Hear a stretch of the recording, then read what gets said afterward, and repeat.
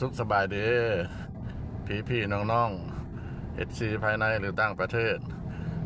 เมื่อนี้แหละพอบ้านพะเลาะเราจะได้พาท่านผู้ชมเนาะมาไปมอบเครื่องเนาะหรือว่าแจกเครื่อง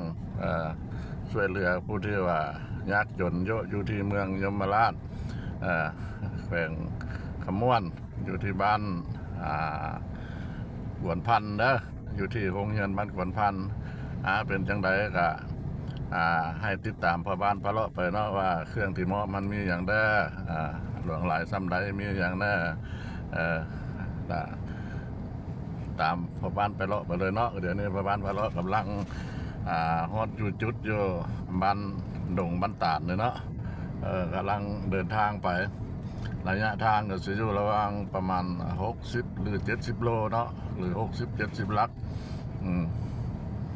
ได้ผู้ใหญ่ใจบุญเพิ่นเนาะมาแต่ไทยประเทศเพื่อนบ้านกรุงเทพแล้วเราก็เป็นสะพานบุญพาเพิ่นไปมอบไปแจกไปเบิ่งพร้อมกันเลย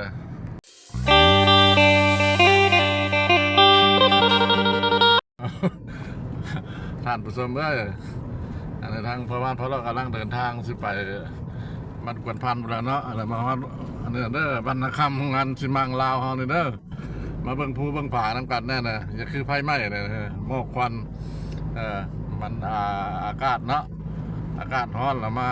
กระทบกับอากาศเย็นเนาะจะเครื่องละอย่าเลือดกิ๊บไก่เด้อติดตามพ่อบ้านไปเลาะเบิ่งหน้าว่าเพิ่นผู้ใหญ่ใจบุญเพิ่นมาแต่ประเทศเพื่อนบ้านเวลามาแต่ไทยเป็นสิได้อย่างแน่มาแจก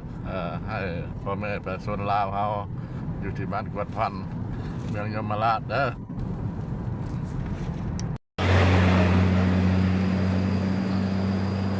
สบายเด้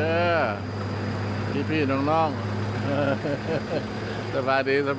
พี่น้องๆฮอตอันนี้เด้อฮอตทางเว้เด้ออันนี้เดี๋ยวปัจจุบันนี่แหละอยู่บ้านพดแคนเมืองยมราชเนาะแขวงขมวนทางพ่อบ้านพะเลาะเราได้พาHCเนาะผู้ใหญ่ใจบุญเพิ่นมาช่วยเหลือคนบ้านกวนพันเนาะช่วยเหลือนักเรียนท้องคำของเงินเพิ่นกับช่วยเหลือพ่อแม่ประชาชนอันนี้ทางอันนี้นะไปทางนี้นะคือว่าเดี๋ยวไปจะน้อยอีกกับฮอนยมราชเด้ออันนี้แหละทางแวะเข้าเลยทางแวะเข้าบ้านอันนี้เด้อบ้านกวนพันเนาะบ้านพิษกวนพันอันนี้มันเป็นทางแวะเด้อทางประมาณพะเลาะก็ได้ยืนอยู่จุดใจกลางนี่แหละเนี่ยอันนี้ไปทางนี้ยมราชเนาะไปทางนี้นะมันยมราชคณะมาทางพื้นแล้วก็ไปมาใส่ก็ลงทักแขกเนาะเอาตามประมาณพะเลาะไปเลยเด้ออันนี้แหละคือทางเข้าไปบ้านสวนพันธุ์แหละที่กำลังที่เข้าไปพุ่นละยังรอท่าทางHCเพื่อนแล้วก็ผู้ใหญ่ใจบุญเพื่อนเนาะเดี๋ยวจะได้เพื่อนมาฮอดแล้วก็ตามไปพร้อมกันเลยอันนี้เรากำลังขบวนHCเนาะหรือผู้ใหญ่ใจบุญมาแต่ประเทศเพื่อนบ้านเนาะเพื่อนก็เดินทางมาจากกรุงเทพมหานครมีรถอยู่4 คันเนาะ5 ทั้งคันพอบ้านพะเลาะนั่งอยู่เนี่ยตามไปนำกันเด้ออันนี้เรากำลังมุ่งหน้าไปบ้านกวนพันธุ์เด้อเมืองยมราชเนาะแขวงขมวน4 คันไปทางหน้านี่แม่นเหมือนรถตู้สีขาวไปหน้าเนาะต่อมาเนี่ยครับมีรถตู้คันท้ายสีดำเนี่ยนะป้ายทะเบียนเพิ่นก็จะว่ากรุงเทพมหานครเนาะตามพระบ้านพะเลาะไปเลยเด้อทำบุญทำกุศลเนาะเอาบุญความสะอาดตักบาตรร่วมกันเพิ่นว่าก็แล้วแต่เป็นพระกุศลเอาไปช่วยเหลือผู้ยากจนเนาะได้มาฮอดมาถึงแล้วเด้อท่านผู้ชมได้มาฮอดมาถึงบ้าน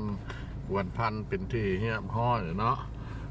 ฮะเดกระบวนรถกำลังกำลังลังเข้า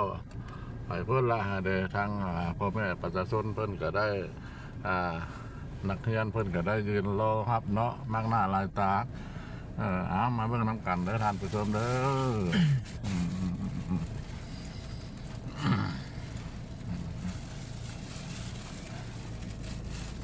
ฮอดแล้วเดินน้องน้อยน้องนักเรียนกันเลยเนาะหลายคนกับบ้านนี่มันกับสิมีหลายบ้านสิมีหลายครอบครัวอยู่เนาะ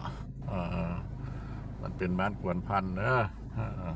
สุดเราต้องได้เข้าไปถึงผู้ประเอาเครื่องลง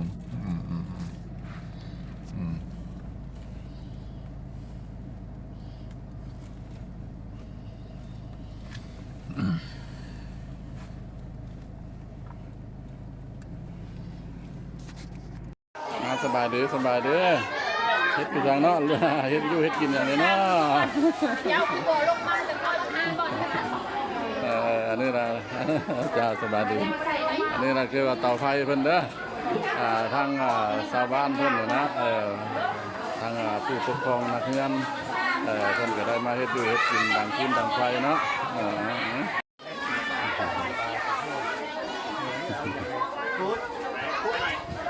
เห็ดหมูได้ไงใช่ที่นี่ไหมหรือว่าตอนเย็น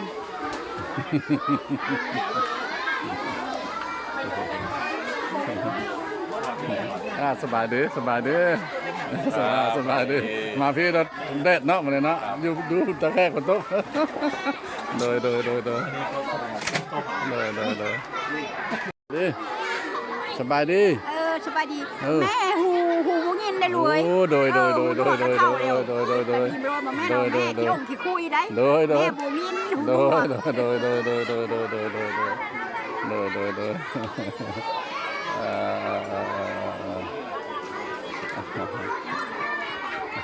ดยสบายดีลูกวะเนี่ยลูกวะโดยออกไปนี่ไหมใส่ไหมเดี๋ยวเราเทศมันจะแตกอันนี้อ่ะ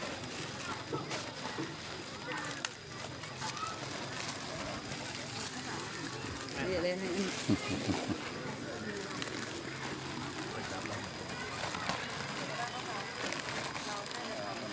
ให้หยิบขึ้นมาสุขสบายดีพี่น้องเมื่อนี้ได้มาฮอดมาถึงเลยเด้อในทางนั่งอยู่ทางหน้าเลยนะแล้วก็เพิ่นกำลังจัดแจงเครื่องที่ซื้อมาแจกให้นะพ่อแม่ประชาชนเนาะน้องน้อยนักเรียนแต่ว่าเพิ่นมาแต่ประเทศเพื่อนบ้านเพิ่นเด้อผู้ใหญ่ใจบุญผู้ใหญ่ใจดีเพิ่นได้นำเอาเครื่องต่างๆมาแจกให้น้องน้อยนักเรียนภายในบ้านเนี่ยเนาะขวนพันเนาะเมืองยมราชแขวงขมวนที่เป็นจังซี่ล่ะเพิ่นก็ได้มาทั้งครอบทั้งครัวเพิ่นทั้งลูกทั้งเต้ามาเด้อมาไก่นะใจเพิ่นประสงค์เพิ่นผู้ลังคนเหนือมาจากกรุงเทพเพิ่นก็มีผู้ใหญ่ใจบุญเพิ่นมาถึงบ้านเฮาแล้วเด้อผู้ใหญ่ใจดีเพิ่นนำเครื่องอุปกรณ์ต่างๆกระต้มขนมเป็นอาหารการกินเครื่องช่วยเหลือของโรงเรียนเนาะเพิ่นได้มาแจกมาเบิ่งน้ำกันเด้อทานผู้ชมเด้อผู้ใหญ่เพิ่นก็มามากหน้าหลายตาเป็นมาแต่ประเทศเพื่อนบ้านเฮาเนาะเป็นประเทศไทยเป็นมาจากกรุงเทพแบบนี้หลายบ้านหลายที่เป็นได้นำเอาเครื่องของต่างๆนี่ล่ะ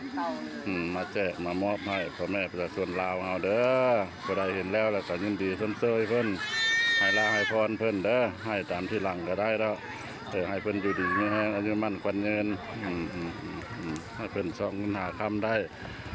ไปทางใดกับบ่ให้เพิ่นคาได้มาทางใดกับบ่ให้เพิ่นคล้องให้ซื้อได้ขายหมาน